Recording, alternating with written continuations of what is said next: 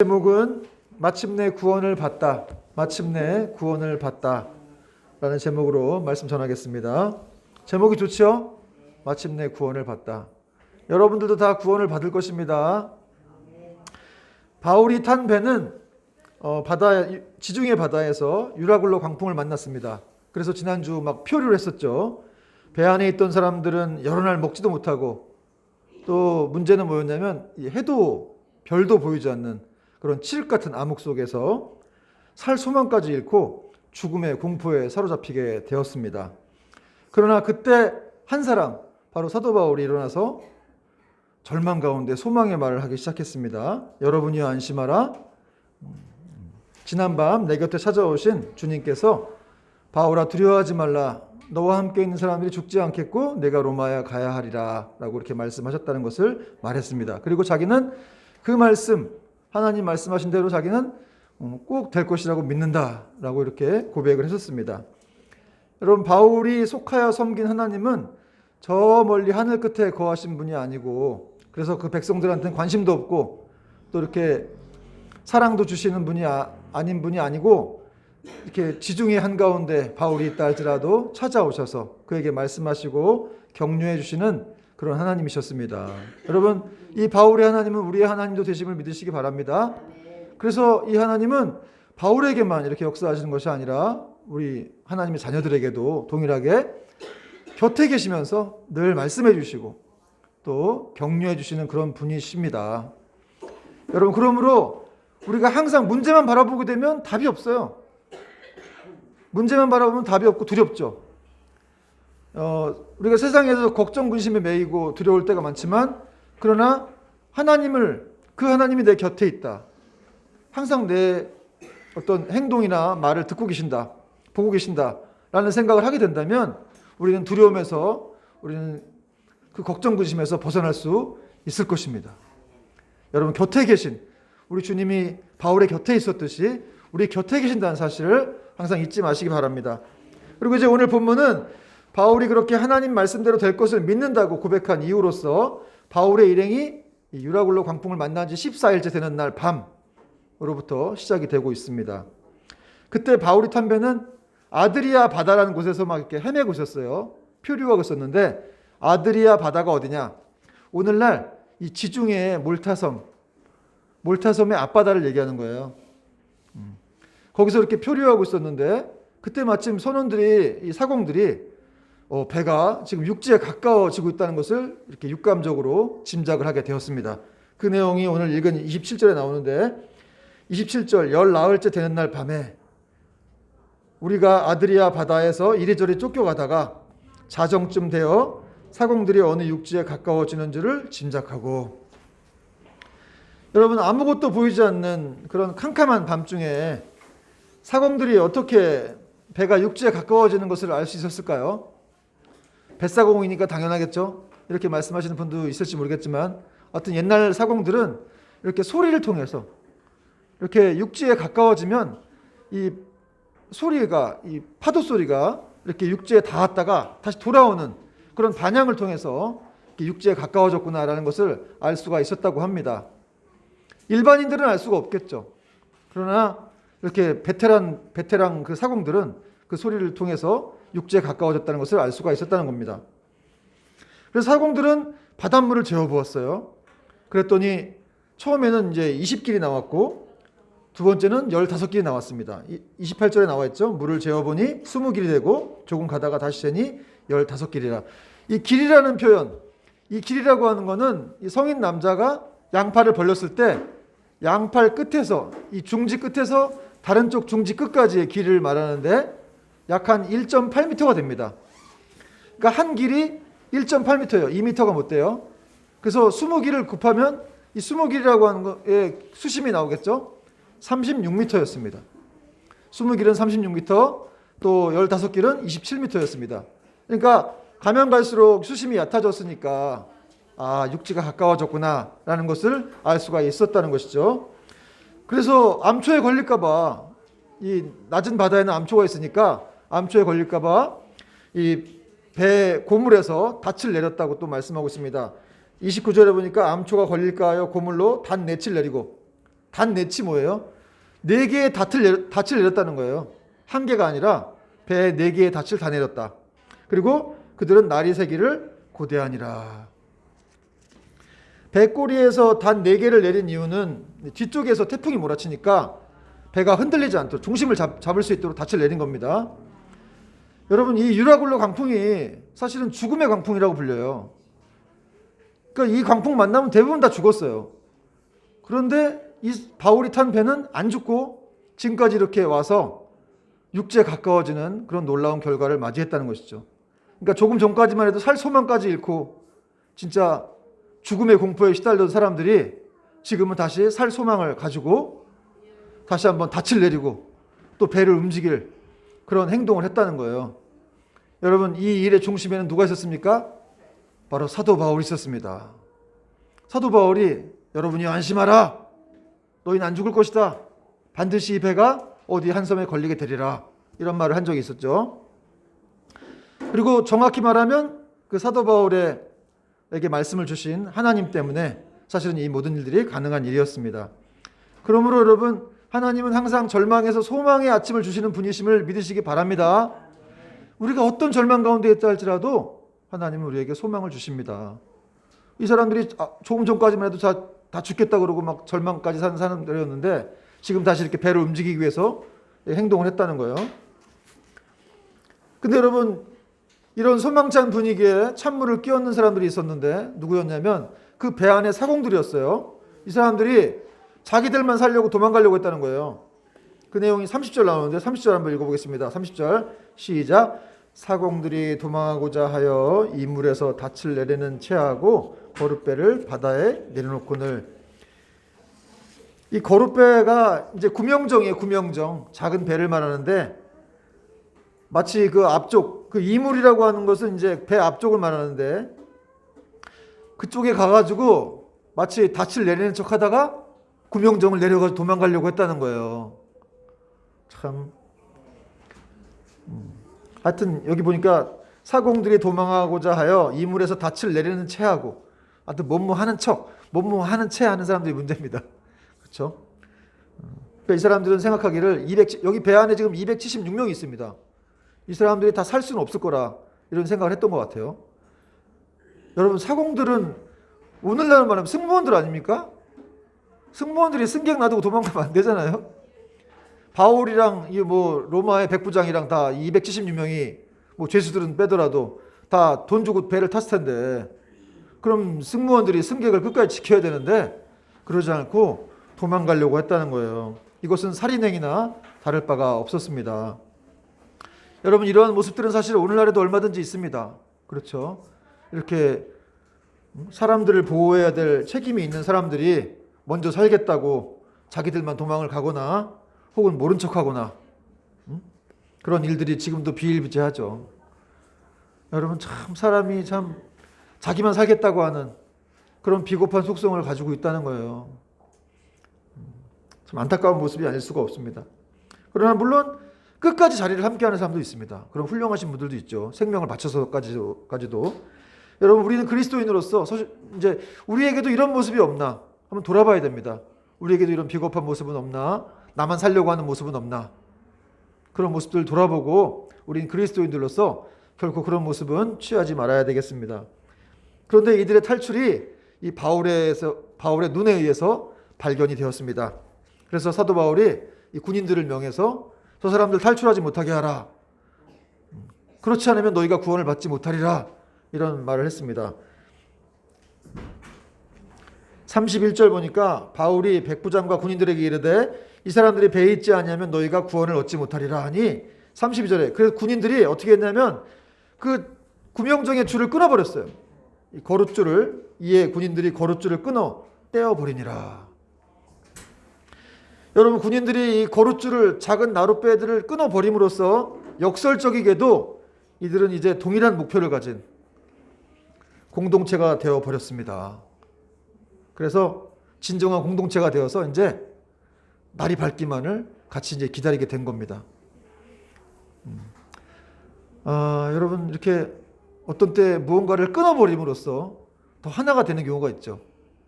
여러분, 우리 가족들 안에도 뭔가를 끊어야만 하나가 되는 경우가 있습니다. 우리 교회 안에도 뭔가를 끊어야만 하나가 되는 경우가 있죠. 근데 이 역설적인 축복이에요, 사실은. 이걸 끊어야만 우리가 사는 것입니다. 그래서 이렇게 바울이 너희가 구원을 얻지 못하리라, 이 사공들이 있지 않으면, 그런 말을 한 것이죠. 또 다른 이유가 있지만 오늘 시간상 그 얘기까지는 못하겠고 나중에 설명을 해드리겠습니다. 왜 우리가 구원을 받지 못하리라 하지 않고 너희가 구원을 받지 못하리라 이런 말을 했을까? 자기도 포함되어 있는 건데. 근데 이제 어쨌든 좀 간단하게 얘기하자면 사도 바울은 자기는 하나님이 보호하실 거라는 사실을 분명히 알고 있었습니다. 그러나 다른 승객들은 다르죠. 여러분, 하나님은 항상 그 자녀들은 특별히 그런 가운데 이렇게 보호를 하십니다. 어쨌든 여기까지만 설명하고, 그리고 이제 날이 새어가자 바울은 다시 한번 일어나서 사람들에게 음식 먹을 걸 권했어요. 33절에 날이 새어가매 바울이 여러 사람에게 음식 먹기를 권하여 이르되 너희가 기다리며 먹지 못하고 줄인 지가 오늘까지 며칠이에요? 열 나흘 14일 동안 이 표류가 되면서 밥을 못 먹은 거예요. 그러니 2주를 굶었으니, 여러분 하루만 굶어도 힘든데 2주를 굶으면 사람이 어떻게 되겠습니까? 물론 우리가 40일 금식 기도도 하고 뭐 그런 경우도 있긴 한데 2주를 굶었으면 뭐 앞이 안 보이겠죠. 이 사람들은 또 배멀미했으니까 뭐 좀 구토하면서 뭐 음식을 먹을 어떤 그 의지도 없었을 거예요. 막 정신 없어가지고. 그런 상황에서 34절 바울이 음식 먹기를 권하노니 이것이 너희의 구원을 위하는 것이요 너희 중 머리카락 하나도 잃을 자가 없으리라. 여러분, 참된 지도력은 위기 속에서 빛난다는 말이 있듯이 바울은 먹지도 마시지도 못한 지 2주가 된 사람들에게 2번씩이나 먹을 걸 권했습니다. 왜냐하면 이 사람들이 이제 탈출해야 되는데 탈진해가지고 못 나갈까봐 생각해가지고 어머니와 같은 마음으로 밥을 좀 먹어라, 제발 좀 밥을 먹으라 그랬습니다. 여러분, 하나님의 약속을 믿었던 바울은 그 약속이 이루어지길 손을 놓고 기다린 것이 아니라 자기가 할 수 있는 일을 했다는 거예요. 지혜로운 행동을 했습니다. 그래서 사람들 밥 먹이고 탈출할 준비를 했다는 것이죠. 여러분, 이것이 바로 하나님의 일하심을 기다리며 준비하는 지혜로운 자의 태도입니다. 여러분, 하나님이 다 해주세요. 사실은 주권은 하나님께 있는데 그럼 우리는 아무것도 안 하느냐? 아니죠. 우리도 열심히 해야 됩니다. 할 수 있는 한 열심히 해야 되겠죠. 그러나 결과는 하나님께 맡기는 거죠. 인도 선교의 아버지라는 윌리엄 캐리도 유명한 이런 말을 했죠. 하나님으로부터 위대한 일을 기대하라. 그리고 하나님을 위해 위대한 일을 시도하라. 하나님으로부터 위대한 일을 기대하는데 우리도 시도해야 한다는 거죠. 하나님을 위해 위대한 일을 시도하라는 겁니다. 여러분, 이것이 하나님의 주권과 인간의 이렇게 행동, 순종이 평행을 이루는 것이 개혁주의예요. 그리고 이제 빵을 가져다가 바울이 하나님께 감사 기도를 드리고 빵을 떼어 먹기 시작했다, 이런 말씀을 하고 있습니다. 35절 떡을 가져다가 모든 사람 앞에서 하나님께 축사하고 떼어 먹기를 시작하며 36절 그들도 다 안심하고 받아 먹으니 배에 있는 우리의 수는 전부 276명이더라. 여러분, 바울이 이렇게 정말 어려운 상황에서도 어떻게 보면 일어나기도 힘든 상황인 이 상황에서 일어나가지고 또 하나님께 축사하고 감사 기도를 드렸다는 거예요. 그리고 이제 떡을 떼어 먹기 시작했습니다. 감사 기도를 드리고 떡을 떼어 먹었던 거는 이 땅에 예수님이 계실 때도 그렇게 하셨었죠. 항상 하나님께 감사 기도를 드리고 예수님께서도 떡을 떼셨습니다. 사도 바울도 그렇게 한 거죠. 그러니까 하나님께 축사했다는 거는 그 배 안에서 276명이 보는 가운데 하나님께 감사 기도를 한 거니까 많은 사람들이 봤을 겁니다. 아, 이 사람이 하나님을 믿는 사람이구나 라는 걸 통해서 어떤 영향력들을 이제 그 276명에게 바울이 주었을 겁니다. 바울이 먹기를 시작했는데 근데 사실 이 사람들은 2주를 굶었잖아요. 그리고 막 구토하고 이런 상황에서 갑자기 뭘 먹게 되면 위경련이라든지 뭐 복통이라든지 이런 게 일어날 수 있기 때문에 이 사람도 먹기를 주저한 거죠. 그런데 바울이 먼저 먹었어요. 같이 굶은 바울도 먹었더니 이 사람들도 안심하고 같이 먹은 거예요. 여러분, 지금 바울이 계속해서 하나님의 말씀이 이루어지기 위해서 계속해서 너희는 안전하다, 걱정하지 마라, 이런 것들을 계속 이렇게 알려주고 있는 그런 바울의 모습들을 볼 수가 있고, 또 이렇게 리더들은 항상 이렇게 먼저 솔선수범하는 거죠. 죽을까 봐 못 먹는 사람들이 많은데 그럼에도 불구하고 믿음이 있기 때문에 먹는 거예요. 내가 먼저 먹어볼게. 그리고 먹는 거죠.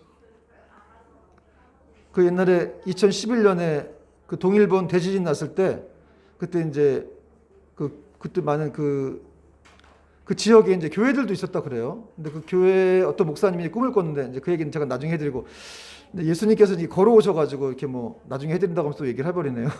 예수님께서 이렇게 걸어오셔가지고 뭐 너도 여길 떠나려느냐 뭐 그런 식으로 이제 꿈을 꿨다고 그러더라고요. 그때 뭐 방사능 때문에 다 떠나고 교회도 떠나고 막 그런 상황이었는데 그 목사님에게 예수님이 이제 원자력 발전소에서 걸어오시면서 너도 여길 떠나려느냐 그렇게 말씀하셔서 이 목사님은 안 떠나고 이제 계속 사람들을 도왔다 그래요. 그래서 자기 교회 사람들하고 그때 이제 방사능에 오염된 물 이런 거 이제 그 동네 사람들이 안 먹으니까 자기들이 먹었대요. 자기들이 먹고 그 이제 NGO 단체에서 주는 어떤 그 생수 같은 것들은 다 성도들을 주변 사람 나눠주고. 여러분 믿음의 사람들은 이렇게 하는 거예요. 그냥 뭐 어떻게 보면 너 대책 없는 거 아니야? 방사능에 오염된 물을 어떻게 먹어? 근데 어쨌든 그 사람들은 먹었다는 거예요. 성도들이 먹고 자기들이 그걸 먹고 그냥 보급받은 물은 사람들 동네 사람 나눠주고. 그래서 그 지역에 어쨌든 크리스찬들이 많아지고 어떤 그런 아픔을 통해서 이제 예수님 만난 그런 일들이 있었다고 하더라고요. 바울이 먼저 먹은 거예요. 자기도 2주 동안 굶고 막 구토하고 난리 났어서 속도 안 좋은데 하나님 말씀을 믿고 너희가 안전하리라 이런 말씀을 믿고 먹었어요. 그랬더니 사람들이 안심하고 먹더라. 이 구절 중요한 거예요. 사람들이 이제 그동안 계속 2주 동안 죽음의 공포에 시달려 왔어요. 난 죽겠구나 이제. 더 이상 소망이 없다. 그런 상황 가운데 바울이 먼저 먹으면서 너희의 구원에는 결코 너희가 구원받지 못할 것이 아니니까 머리털 하나도 상하지 않을 거니까 걱정하지 말고 먹어. 이렇게 말했을 때 그들이 이제 따라 먹었다는 것이죠. 그리고 이런 숫자들 37절 보니까 배에 있는 우리의 수는 전부 276명이더라. 배에 탄 사람이 다 276명이었는데 여기 이제 헬라어 원어를 보면은 사람 수를 세는 거에 있어서 이 사람에 대해서 안드로포스라고 하는 헬라어를 안 썼어요. 사람을 안드로포스라고 하는데 또 이렇게 남자를 표현하는 아네르라는 단어를 쓰지 않고 영혼, 생명, 이게 푸시케라고 하는데 이 헬라어를 썼어요. 여기서 276명의 푸시케. 그러니까 지금 276명의 사람이 각 개개인이 그 영혼이 있는 아주 한 사람 한 사람의 생명이 아주 중요하다. 그 소중함을 지금 이렇게 이 저자인 누가가 드러내고 있다는 것입니다. 그러니까 276명이라고 그냥 숫자만 알려준 게 아니라 한 사람 한 사람이 한 영혼이라는 것이죠. 결국 바울의 이 지혜로운 행동으로 인해서 모든 사람들이 그 276명이 다 결국 생명을 얻게 되었다는 것입니다. 모두가 이렇게 배부르게 식사를 하고 나자 밀을 바다에 버렸어요. 왜 버렸겠습니까? 배를 가볍게 하려고 버리고 그런 동시에 닻을 끊고 키를 풀어 늦추었다. 그리고 돛을 달고 이제 바람에 맞춰서 해안을 향해 나아갔습니다. 이 키를 풀어 늦췄다라는 구절이 있는데 이 고대 배들은 이렇게 양쪽에 노가 있었는데 그 노가 키의 역할을 했어요. 핸들. 근데 그 태풍이 불 때는 그 커다란 노를 양쪽으로 이렇게 위로 올렸어요. 그리고 이제 태풍이 지금 지나가는 상황이니까 다시 노를 풀어가지고 정상적으로 이제 운행해서 갈 수 있도록 자기들 힘으로 갈 수 있도록 그렇게 했다는 거를 지금 성경이 얘기하고 있는데 그래서 이제 38절, 39절, 40절에 그런 내용이 나오고 있는데 뭐 닻을 끊어버리고 뭐 키를 풀고 돛을 달고 이게 왜 이렇게 써놨을까요? 여러분 성경은 쓸데없이 써놓은 게 많은 것 같아요. 어떻게 보면 그죠? 이거 왜 이렇게 써놨지? 이게 뭐 이렇게 중요하다고? 네, 중요해요. 왜 중요하냐면 이 사람들이 비로소 이제 살고자 하는 의지가 생겼다는 거예요. 그걸 보여주는 거예요. 하나님에 의해서, 바울에 의해서. 비로소 이제 내가 살아야 되겠다. 그럼 먹어야 되겠다. 여러분 살기 위해 힘쓰시기 바랍니다. 죽으려는 건 하나님의 뜻이 아니라는 거예요. 살고자 해야 한다는 거예요. 어떻게든 간에. 왜? 하나님이 우리에게 생명을 주셨기 때문에. 그것은 우리를 사랑하신다는 뜻이거든요. 내가 너를 너무너무 사랑해. 그래서 너에게 생명을 준 거야. 응? 그래서 이 사람들이 힘을 내가지고 막 노를 저어서 간 거예요. 그 얘기를 하고 있습니다. 그런데 가다가 이렇게 어떤 좁은 해역을 만나가지고 그 배 앞쪽이 그 모래톱이라고 하는데 그 퇴적물 쌓인 곳에 이렇게 부딪혔어요. 거기 껴버렸습니다. 41절에 보니까 두 물이 합하여 흐르는 곳을 만나. 이 두 물이 합하여 흐르는 곳은 이제 어떤 좁은 해협인데 여기 이제 해류가 만나는 곳이었어요. 육지에서 내려오는 물과 바다에서 들어가는 그 해류가 만나가지고 어떤 퇴적층이 형성되는 곳이었는데 거기 이렇게 막 모래 같은 게 막 쌓여가지고 이 배가 거기 콱 박힌 거예요. 그러니까 이제 앞쪽은 꼼짝도 움직일 수 없는 그런 상황이었고 또 뒤쪽에는 막 태풍이 또 불어오니까 배가 막 깨지는. 참 어떻게 보면 좀 쉽게 구원받으면 좋겠는데 끝까지 이렇게 그냥 어려움을 주시는 그 이유를 또 우리는 근데 여러분 저는 이 본문을 묵상하면서 그런 생각을 해봤어요. 그 이스라엘 백성들이 출애굽을 해서 홍해 바다를 건널 때 그 바다가 한 번에 쫙 갈라진 게 아니거든요. 계속해서 그 뜨거운 동풍을 이렇게 불게 하셔가지고 바다가 조금씩 갈라졌어요. 근데 그 땅은 마른 땅이었죠. 물이 많았었는데 지른 땅도 아니고 어쨌든 이제 마른 땅으로 잘 걸어갈 수 있도록 하신 건데 조금씩 갈라지면서 앞으로 이제 바다가 갈라진 건데 그러니까 우리 같으면 쫙 갈라졌다고 생각하지만 조금씩 갈라지면서 그걸 보면서 이스라엘 백성들이 이렇게 그 마른 땅을 걸어가니까 두려웠겠죠. 또 바다가 이렇게 벽처럼 서 있었다고 표현하니까 그 홍해 바다 밑을 걸어가면서 얼마나 무서웠겠어요. 뭐 옆에 물고기도 보이고 뭐 상어도 보이고 이럴 수 있을 텐데 그런 상황에서 어쨌든 그렇게 하나님은 그냥 섭리 자체 그러신 것 같아요. 그냥 끝까지 나를 의지해라. 너희들은 끝까지 나만을 의지해야 된다. 그런 상황으로 우리를 이렇게 몰고 가시는 것 같다는 것이죠. 어쨌든 이런 모래톱 이렇게 박힌 상황에서 사실은 이것 자체가 사실은 사도 바울의 예언이 또 이루어진 것이기도 한데 너희는 안전할 것이되 배는 손상을 입으리라 이런 말씀을 이제 지난주에 바울이 예언을 했었는데 그 말씀대로 그냥 된 거예요. 하나님이 그렇게 하실 거라고 했기 때문에 또 그렇게 예언했고 또 그대로 되었습니다. 그러니까 276명은 안전하되 배는 깨진 거예요. 그런데 이때 또 군인들이 이 죄수들이 이 기회를 이용해서 탈출할까 봐 이 군인들이 이 사람들을 죽여야 되겠다 이렇게 또 생각을 했습니다. 여러분 참 위기의 위기. 이런 드라마도 오는 것 같긴 한데 사실 여러분 저도 어떤 드라마들 많이 보고 영화도 많이 보는데 너무 위기가 없는 영화는 재미가 없더라고요. 항상 이렇게 뻔하잖아 이거 또 결말. 이렇게 가다가 순간 또 잡히고 막 이렇게 또 어떤 그게 드러나기도 하고 이럴 때 어떤 뭔가 그렇지 재밌네 생각보다 생각을 못했던 부분인데 여기서 또 이렇게 잡히네 들통나네 이런 것들. 근데 결국 그 주인공이 죽어요 안 죽어요? 안 죽잖아요. 안 죽죠. 마찬가지입니다. 여러분 우리 하나님 백성들도 주인공이기 때문에 안 죽어요. 안 죽는데 그래서 삶 속에 조금씩 위기가 있는 거예요. 그냥 그렇게 또 하나님을 의지하게 이렇게 하시려는 것이죠.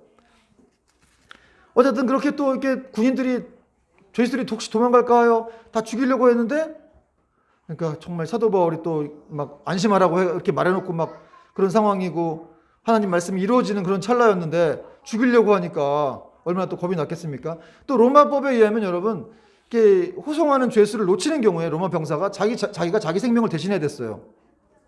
그러니까 이 사람들 군인들 입장에서는 차라리 죄수를 죽이고 그냥 이들을 끝까지 지켰다고 하는 게 낫겠다 이렇게 판단을 해서 죽여야 되겠다 이런 생각을 한 건데 그런데 이때 정말 또 사도 바울에게는 항상 이 주인공에는 항상 도움을 주는 사람이 나타나죠. 영화에도 보면 백부장이라는 사람이 나타나가지고 안 돼 죽이지 마 그랬다는 거죠.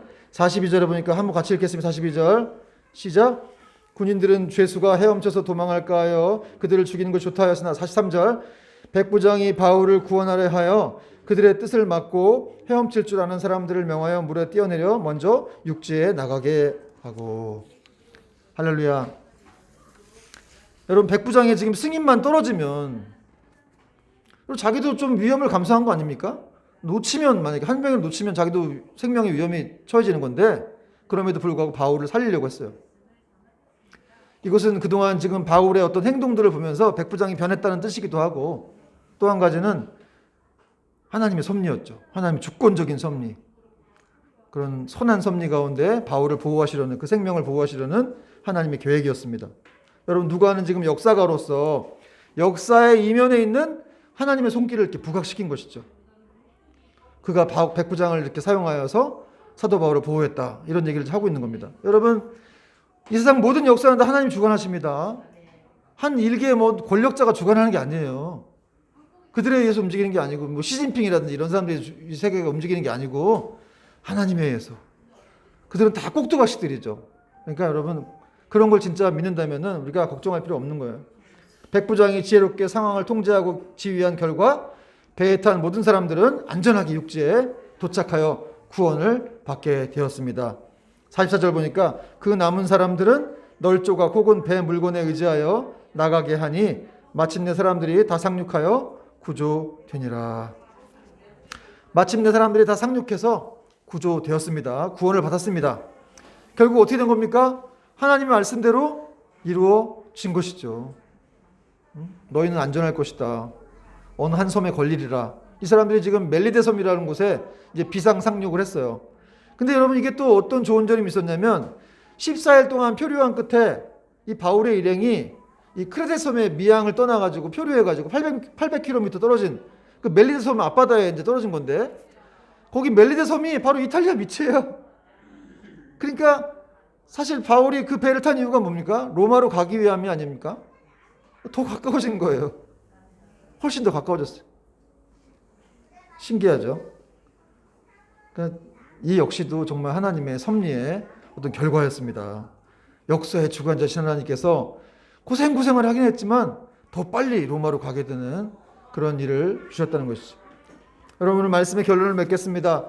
여러분 오늘 본문의 이 이야기를 통해서 우리가 두 가지를 묵상해 볼 수가 있는데 첫 번째는 이 의로운 한 사람으로 인해서 많은 영혼들이 구원을 받게 된다는 사실입니다. 여러분 로마로 가는 이 배 안에는 백부장이라고 하는 지도자가 있었지만 실질적인 지도자는 사도 바울이었어요. 그가 소망을 잃은 사람들에게 하나님 말씀을 전해주고 너희는 살 것이다, 안전하다.